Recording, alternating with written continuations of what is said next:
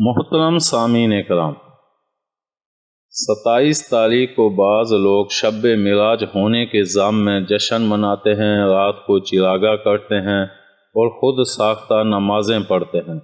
ان امور کی شرعی حیثیت متعین کرنے سے پہلے تو ضروری ہے کہ شب معراج کا تعین ہو، لیکن جب محدثین و مورخین کی تالیف کردہ کتب کا مطالعہ کیا جائے تو معلوم ہوتا ہے کہ 27ویں شب کے شب معراج قرار پانے سے پہلے خود ماہ رجب کے ماہ معراج ہونے پر بھی علماء تاریخ کا اتفاق نہیں۔ معروف مفسر و مورخ امام ابن کثیر رحمۃ اللہ علیہ نے اپنی ضخیم تاریخ اسلام البدایہ النہایہ کے 3 جز صفحہ 108 پر اسراء و معراج کا واقعہ نقل کرنے سے پہلے متعدد روایات بیان فرمائی ہیں۔ وہاں انہوں نے امام بہقی رحمۃ اللہ علیہ کے حوالے سے امام ابو شہاب ظاہری رحمۃ اللہ علیہ کا قول نقل کیا ہے، جس میں وہ فرماتے ہیں نبی کریم صلی اللہ علیہ وآلہ وسلم کو ہجرت مدینہ سے 1 سال پہلے سفر معراج کرایا گیا۔ یہی قول عروہ کا ہے۔ امام حاکم کے حوالے سے انہوں نے حضرت صدی کا قول بھی ذکر کیا، جس میں وہ فرماتے ہیں نبی کریم صلی اللہ علیہ وآلہ وسلم کو ہجرت سے 16 ماہ قبل معراج کرائی گئی، لیکن امام ظاہری و عروہ رحمۃ اللہ علیہ کے قول کے مطابق ماہ معراج ربیع الاول بنتا ہے، جبکہ وہ بھی ہجرت سے پہلے کا واقعہ ہے۔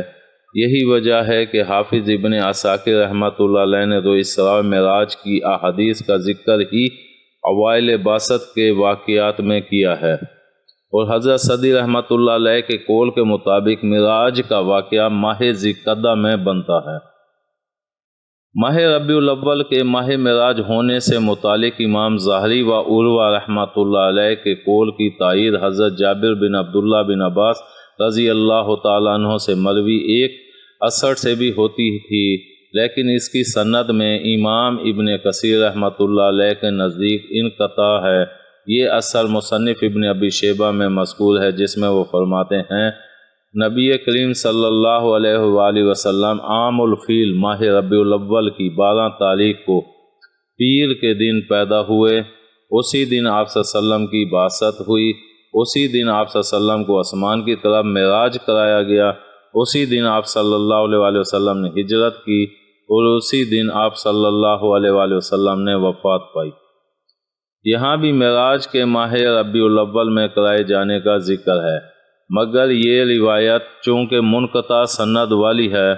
لہذا اس سے استدلال درست نہیں۔ اسی طرح ماہ ربیع الثانی، ماہ رجب، ماہ شوال اور ماہ ذوالحج میں معراج کرائے جانے کی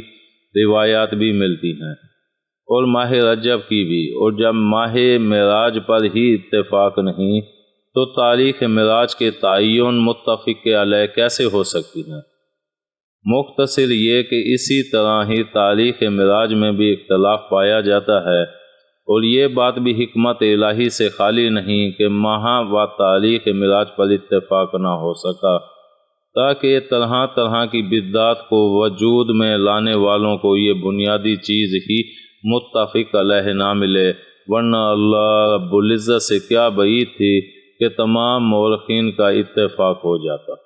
امید ہے آپ کو ہماری یہ ویڈیو پسند آئی ہوگی۔ پسند آنے کی صورت میں لائک کریں، کومنٹ کریں اور شیئر کرنا مت بھولیں۔ ملتے ہیں اگلی ویڈیو تک، اللہ حافظ۔